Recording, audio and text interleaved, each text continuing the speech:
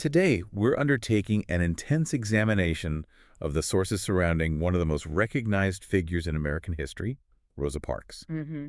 But if you think you already know the story, the simple narrative of the tired seamstress who just spontaneously decided she couldn't stand up anymore, Right. our sources today are about to flip that script entirely. We have a really comprehensive, a highly detailed view of her life that, well, it fundamentally challenges that tidy, popular mythology of 1955. That's absolutely correct. Our mission today is to go far beyond that single iconic action. We really need to look at the sheer scope of her work, which spanned decades. Decades. We are talking about a sophisticated political organizer whose influence, hardship, and tireless commitment defined her life long before the bus. And for 50 years afterward, we have to move past the easy icon and really grasp the full context of her rebellious life. Because that simple picture we usually carry in our minds, this spontaneous act of personal dignity, it just obscures the fact that she was a meticulously organized activist. It really does. The material shows her commitment wasn't born that day. It was forged in an early environment, saturated with the systemic violence of Jim Crow and, well, the organized resistance it demanded. We need to trace those roots to truly understand the courage it took. So let's begin where the sources start, right? Tracking the origins of this lifelong resistance. Yes, let's. Rosa Parks was born Rosa Louise McCauley in Tuskegee, Alabama on February 4, 1913. Her immediate family context suggests a pretty strong foundation. Her mother, Leona, was a teacher, and her father, James, was a carpenter and mason. And the historical records also point to a complex ancestry, noting African, Scotch-Irish, and partial Native American heritage. That background is important, isn't it? It shows a heritage of both education and practical skill. It is, but we must immediately place this upbringing against the stark backdrop of the Deep South. Alabama had formally codified Jim Crow segregation into law as early as 1901. 1901, wow. And this wasn't minor regulation. This was a comprehensive, suffocating system. I mean, we are talking about racial separation enforced everywhere, in banks, in hospitals, in how people accessed education, even down to which cemeteries they could be buried in. And crucially, that system was upheld by profound personal violence. Constantly. Parks grew up amid this pervasive state-sanctioned racism. The Ku Klux Klan was intensely active during her childhood, and the sources record Parks recalling hearing these terrifying stories, specifically of a lot of black people being found dead under mysterious and often suspicious circumstances. The air of constant threat wasn't abstract. It was the reality that shaped her earliest political thinking. Absolutely. The need for survival and resistance started when she was extremely young. Extremely. She was working in the fields, picking cotton as early as age 6 or 7, earning about 50 cents a day. 50 cents a day. And while her education was often interrupted, she left school multiple times to care for ailing family members, her grandmother and mother. She ultimately did complete high school. And that detail, encouraged by her future husband, Raymond Parks, is highly significant, isn't it? It's so significant. The source material emphasizes how remarkable this achievement was for a black individual in the South at that time. Only about 7% of black people in Alabama had a high school diploma.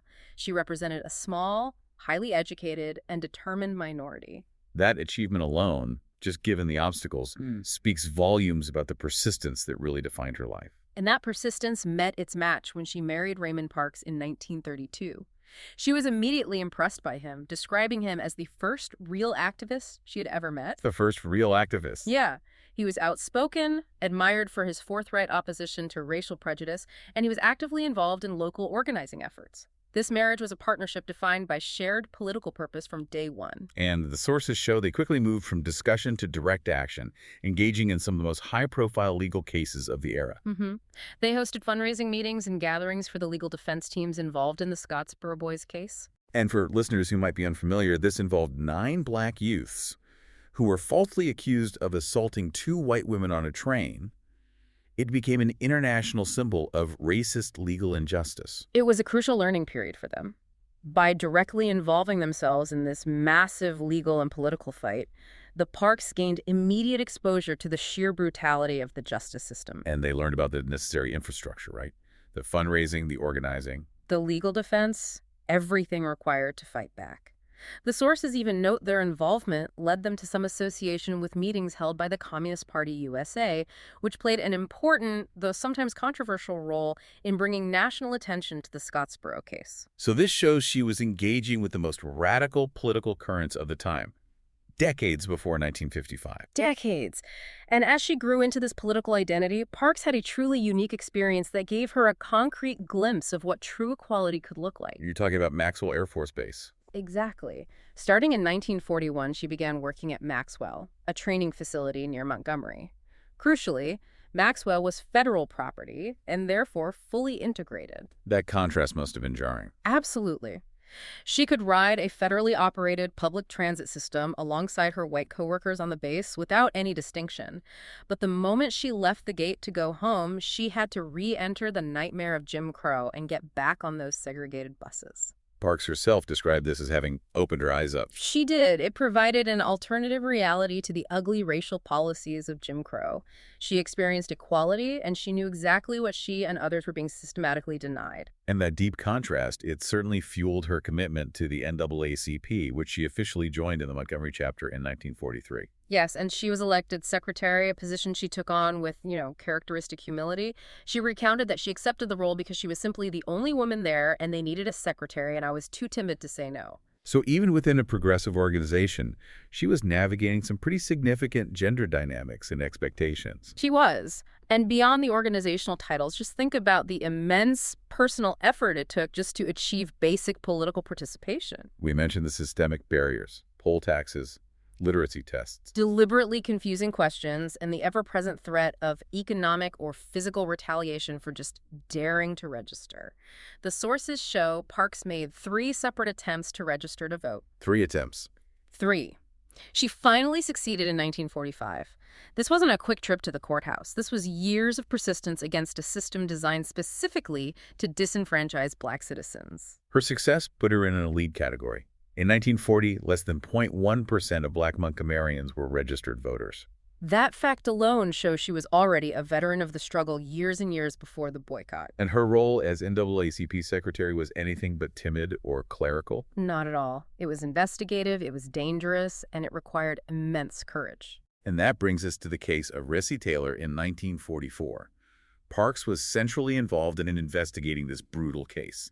Taylor was a Black woman who was abducted and assaulted by a group of white men in Abbeville, Alabama. And when a grand jury predictably failed to indict the perpetrators, Parks escalated the response.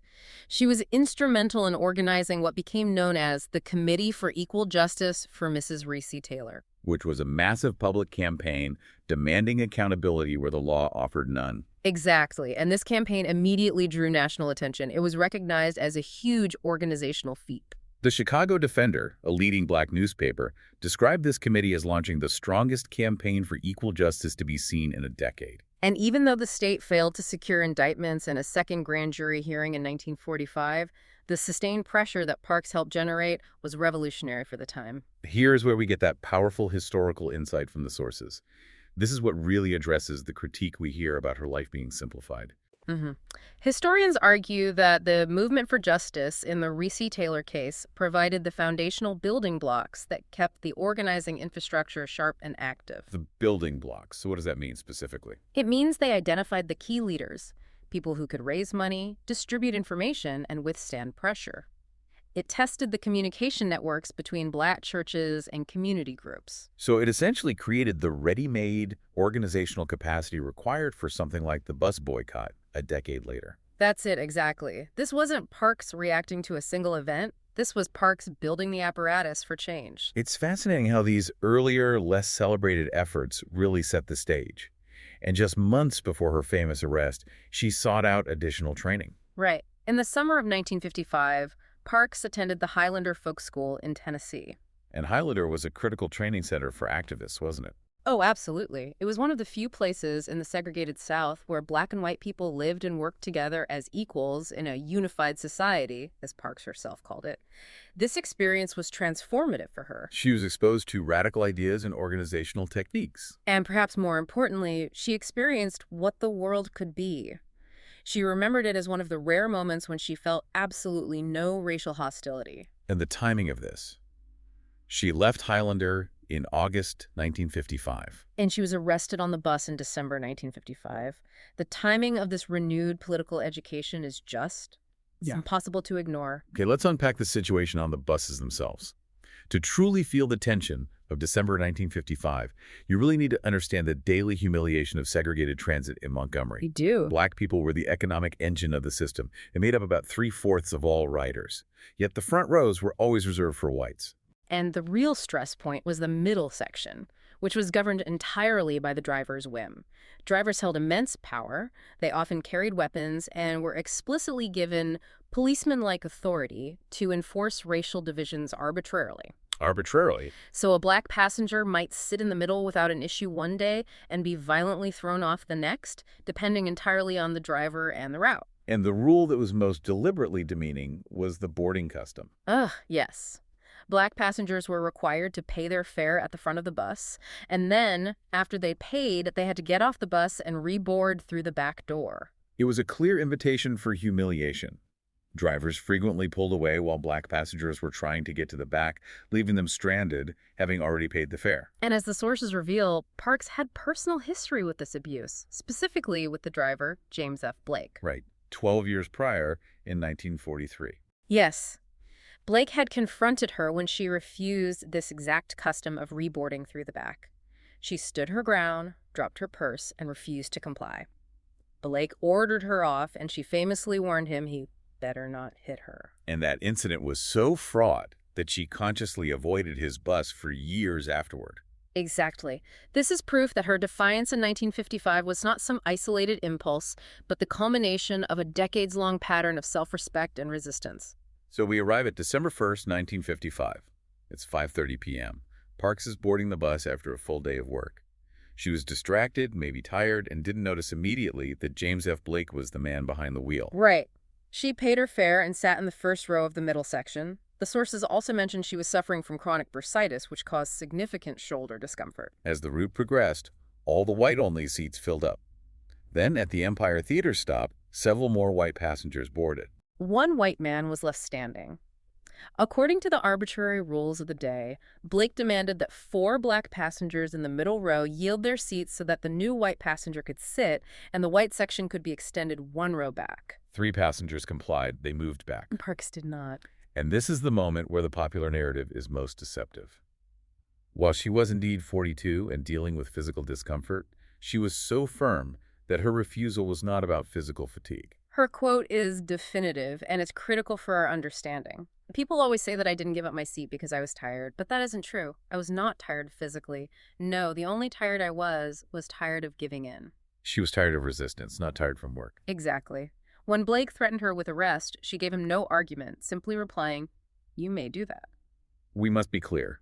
The material confirms this specific action was not a planned, orchestrated event on behalf of the NAACP that day. Not that day.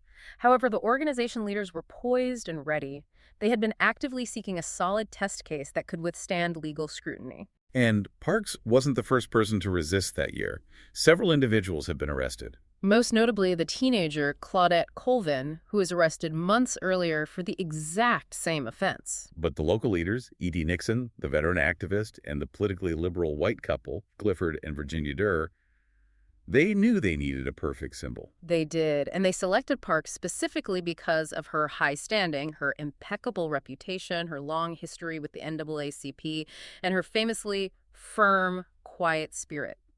All factors they believed would be essential for sustaining a difficult legal challenge in the face of immense public pressure. So the machinery she helped build years earlier snapped into action almost immediately. Instantly. The Women's Political Council, the WPC, was central to that rapid response. The day Parks was arrested, Joanne Robinson, the WPC president, along with 2 students, spent all night at a college mimeograph machine. Under the pretense of grading exams. Yeah, producing 35,000 leaflets calling for a one-day boycott. That is organized, decisive action. That one-day action was planned for December 5th, the day of Parks's trial. And the trial was predictable and brief, lasting somewhere between 5 and 30 minutes.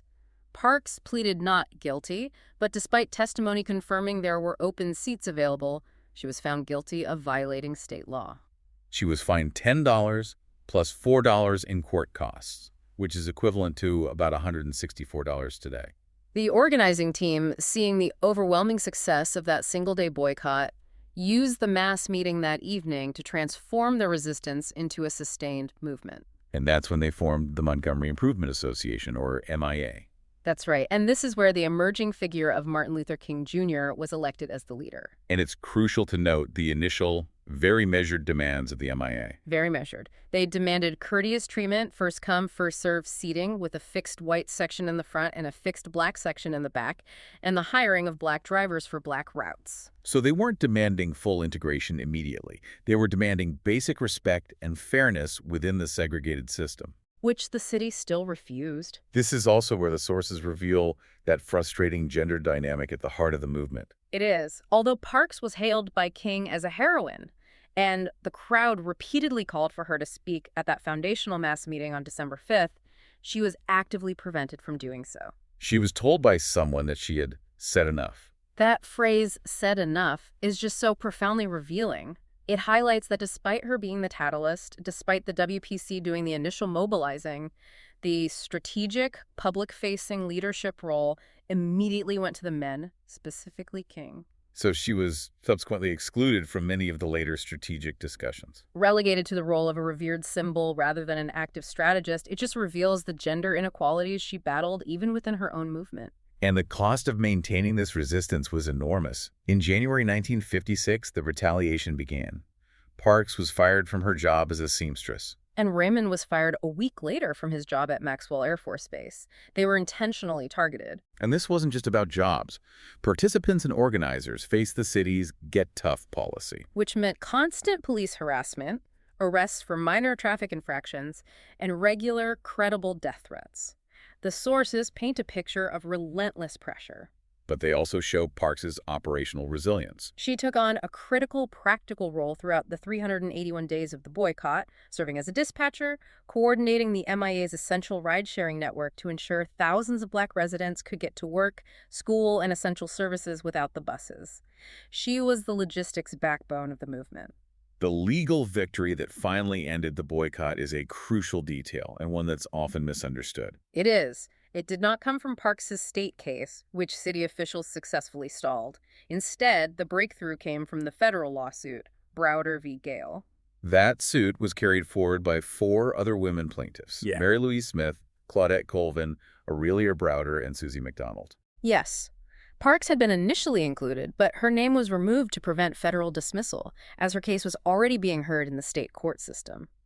These women's names are so vital because they were the legal force that succeeded. And the federal court ruled the segregation statute unconstitutional, a victory upheld by the Supreme Court. It was. So on December 20, 1956, the Supreme Court ordered the integration of Montgomery's buses, officially ending the 381-day boycott, a monumental victory for collective action. But the material forces us to recognize the immediate, severe personal cost. Parks and her husband faced crushing financial hardship. They were jobless. They were targeted with rent increases. And the psychological toll manifested physically. It did. The sources detail that she developed chronic health issues, including chronic insomnia, stomach ulcers, and a heart condition. The public stand came at a tremendously high price, involving long-lasting illness and economic insecurity that lasted years beyond that initial victory. We've established that the bus boycott was not an ending point, but a pivot point, and one that brought profound personal suffering. Absolutely. By 1957, the combination of intense economic insecurity, the relentless death threats, and even internal friction within the MIA leadership. The sources mention she sided with E.D. Nixon in a rift against King. All of that forced Parks and Raymond to relocate. They moved north to Detroit, Michigan. It's a painful detail, but the sources record the awkwardness of her departure. The MIA, embarrassed that their figurehead felt forced to leave the South due to lack of support, gave her only a meager $500 going-away present. Which really highlights the gap between the revolutionary symbolism she represented and the practical material support the movement actually provided its veterans. It does, and the move north did not bring immediate relief. Even in Detroit, they struggled immensely. The sources show they lost their apartment in 1959, and for a period, they had to move into a meeting hall. And by the early 1960s, Parks' chronic health issues worsened, necessitating multiple surgeries. The family accrued significant debt due to massive unpaid medical bills. Her life was defined by dedication to others, yet she often lacked basic financial stability herself. Yet despite that financial struggle, she remained deeply engaged politically. She was a visible participant in the 1963 March on Washington. She was. She was honored during the Tribute to Women segment, which was an important symbolic gesture. But the sources also contain her own critical observation. She noted that while it was a great occasion, women were not allowed to play much of a role in the main program. Again, we see her navigating and identifying the internal hierarchies of power within the movement. Her financial stability finally improved somewhat in 1965 when she secured a position that allowed her to turn her political passion into a steady career. Right. She was hired as a secretary and receptionist for the newly elected Congressman John Conyers in Detroit. And this wasn't just a desk job. She focused intensely on grassroots socioeconomic issues. Yes, she was handling the day-to-day realities of life for her constituents. Welfare, education, job discrimination, housing issues, these were her focus. She made sure that Congressman Conyers remained connected to the community pulse, ensuring he regularly visited schools and community centers.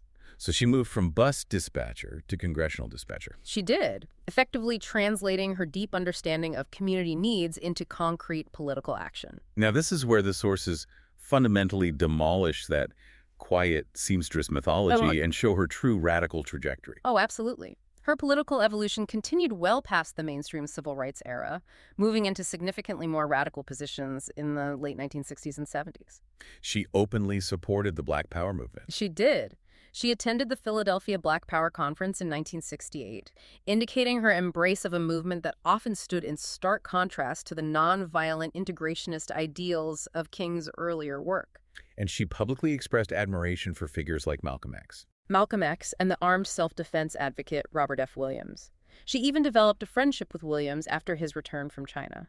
This shows a clear embrace of a broader, more assertive, and even militant framework for Black liberation. This radicalism was powerfully demonstrated in the aftermath of the devastating 1967 Detroit riot, often referred to as the Detroit Rebellion. It was. Parks spoke in support of the rioters, a highly controversial stance at the time.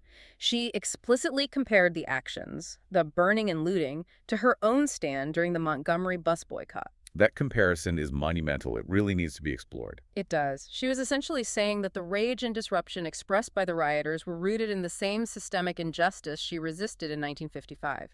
She viewed their actions as a legitimate response to state violence and economic inequality, just as her refusal to move was a response to codified segregation. She never stopped challenging the system from its roots. Never.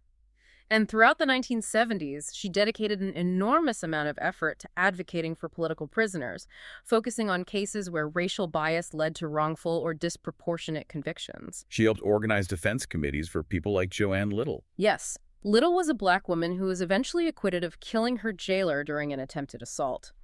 Parks recognized the inherent injustice embedded in the legal process and saw these cases as extensions of the fight she began with the Scottsboro Boys case decades earlier. She also championed the cause of Gary Tyler. Right. A young man wrongfully convicted of shooting a boy while being attacked by white segregationists. Tyler was only freed after 41 years in prison, but Parks was relentless in organizing his defense for years. And she showed powerful solidarity with other radical figures. The sources note she introduced Angela Davis to a massive crowd of 12,000 following Davis's acquittal. She did, referring to her as a dear sister who has endured significant persecution. She was using her moral authority to legitimize radical political thought. Yet, even as she was dedicating herself to these massive political struggles, the decade was marked by immense personal loss and vulnerability. It was. Parks lost both her husband, Raymond, to throat cancer in 1977, and her brother, Sylvester, soon after to stomach cancer. These struggles, combined with her own declining health and economic instability, forced her to step back from some aspects of the movement. It's deeply moving to read how she struggled with the lack of resources. She was forced to relocate her elderly mother because she couldn't afford a professional nurse. Caring for her in a senior apartment until her mother's death in 1979. We have to pause here to recognize the sheer physical and emotional toll this unrelenting life of activism and personal hardship demanded of her. She fought for justice for millions, but faced profound insecurity herself. And despite these personal setbacks, she continued her mission to empower the next generation. In 1987, she co-founded the Rosa and Raymond Parks Institute for Self-Development. The Institute focused specifically on youth initiatives, like the Pathways to Freedom bus tours. Yes, which took young people to important historical sites to connect them directly with the legacy of the civil rights struggle. She was ensuring those building blocks of activism would endure. And she maintained her focus on international justice, working extensively on the Free South Africa movement, participating in anti-apartheid demonstrations. Her political conscience was truly global. Then, in 1994, at the age of 81, a truly horrifying event occurred. It did. Parks was robbed and assaulted in her Detroit home by an intruder who broke down her back door. He punched her in the face and stole a mere $103. This is just a devastating detail. A person who dedicated her life to fighting systemic injustice, becoming a victim of brutal, random violence in her own home at such an advanced age. It's just hard to imagine the trauma she endured. It is. And this brings us to one of the most remarkable details in the entire source collection, which underscores her immense moral fortitude and compassion. Following the attack, she did not call for vengeance. She actively cautioned against reading too much into the attack. She expressed compassion for the assailant, acknowledging the conditions that made him this way. That is an almost unthinkable level of grace and empathy, linking the attacker's actions back to the social and economic injustices that she spent her entire life fighting against. She saw the social problem even when suffering the personal pain. Indeed. Following the assault, she moved to a safer, gated community. The sources note that Mike Ilitch, the owner of Little Caesars Pizza, was so moved by her story and her response that he offered to pay for her housing expenses indefinitely. Finally providing her the financial security that the movement itself had largely failed to secure for her in the immediate aftermath of the boycott. Her final years brought the recognition that her decades of sacrifice deserved. She received the Presidential Medal of Freedom in 1996 and the Congressional Gold Medal in 1999. And following her death in 2005, she achieved a unique status. She was the first Black American to be memorialized with a statue in the National Statuary Hall at the U.S. Capitol, which was unveiled in 2013. She was also only the second private citizen to lie in honor in the Capitol Rotunda testament to the eventual national recognition of her impact. So, after reviewing the staggering scope of her life, from the Scottsboro Boys case, the Highlander training, the logistical work of the boycott, the financial hardship, her support for Malcolm X, and the defense of political prisoners, we have to return to that central tension. Right, the gap between the historical reality and the popular icon. That gap is the core historiographical problem. The common narrative, which just permeates popular culture, portrays Parks as a quiet and accidental heroine. It does, suggesting her act was merely an expression of individual dignity. For instance, former Senate Majority Leader Bill Frist famously suggested her refusal was not an intentional attempt to change a nation, but a singular act. And what do historians in the source material tell us about that political simplification? They argue forcefully that this portrayal is not only incorrect, but deeply harmful. Scholars contend that this simplification isolates her single act, divorces it from the organizational infrastructure she helped create, and tragically constructs a gendered caricature. A gendered caricature. By emphasizing her quietness and supposed passivity, the public minimizes her radical political philosophy, her long-term organizing skills, and the sheer variety of struggles she engaged in.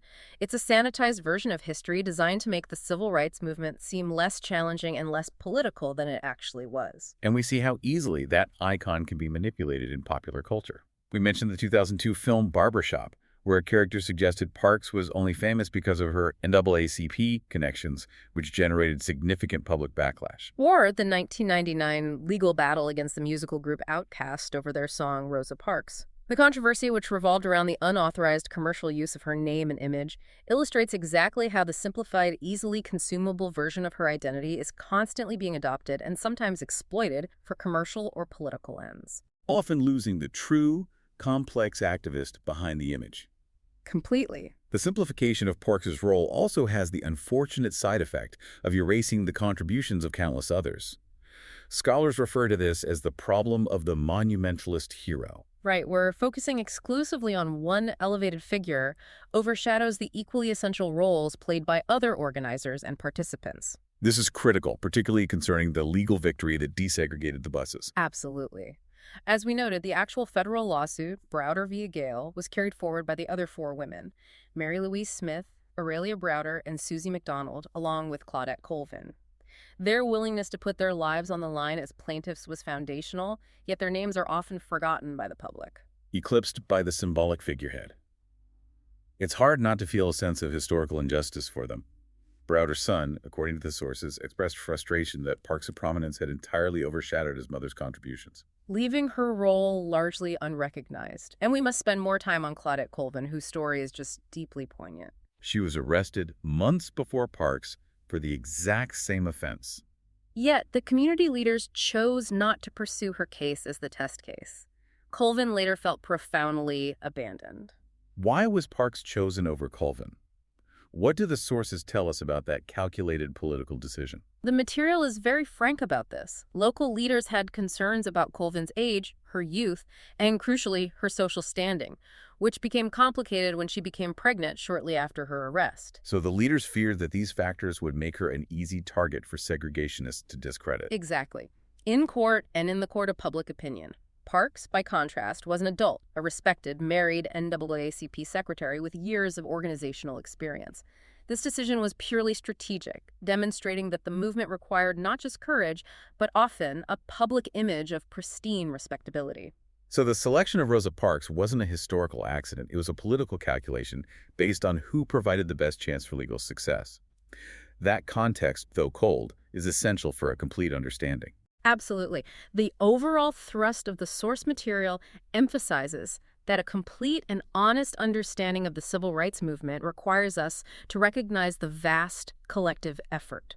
It wasn't just Parks, it was the Women's Political Council, the MIA, the various legal plaintiffs, and the thousands of people who walked for 381 days. Focusing solely on one simplified icon risks forgetting the organizational infrastructure, the diverse perspectives, and the collective courage that sustained the entire struggle. It transforms the narrative from one of passive heroism to one of profound, organized political strategy. This intense examination of the documentation has been incredibly insightful. We've managed to cover the depth of her activism, from her early dangerous involvement in cases like the Sotsboro Boys and Recy Taylor, and the subsequent infrastructure she helped build. We saw the crucial training she received at the Highlander Folk School, her critical practical role as a dispatcher during the 381 days of the boycott. And the immense personal cost, the job losses, the economic hardship, and the health issues that forced her to relocate to Detroit. And perhaps most surprisingly, we tracked her continued evolution into a more radical political sphere in the late 1960s and 70s. Right, her support for the Black Power movement, her admiration for figures like Malcolm X, and her tireless organizing on behalf of political prisoners. Her ability to see the systemic roots of the violence she suffered in 1994 and respond with compassion that just encapsulates the unwavering political clarity of her life. The synthesizing reflection we draw from these materials is this. The true power of Rosa Parks' story is not found in the courage of a single moment of sitting still. No. It lies in the relentless, multi-generational commitment to systemic change, a commitment that persisted through immense personal loss, decades of financial hardship, and threats to her life. Her full documented life forces us to redefine what persistent rebellion and lifelong commitment truly look like. Which leaves you with this final thought for exploration. If the public narrative from the very beginning had focused on the full context of her radical, organized life, the political strategist who built institutions and supported Black power, rather than the simpler, palatable image of the tired seamstress, how might that have changed the public perception of the entire civil rights movement, particularly regarding the role of women, economic justice, and radical thought within it? Thanks for listening.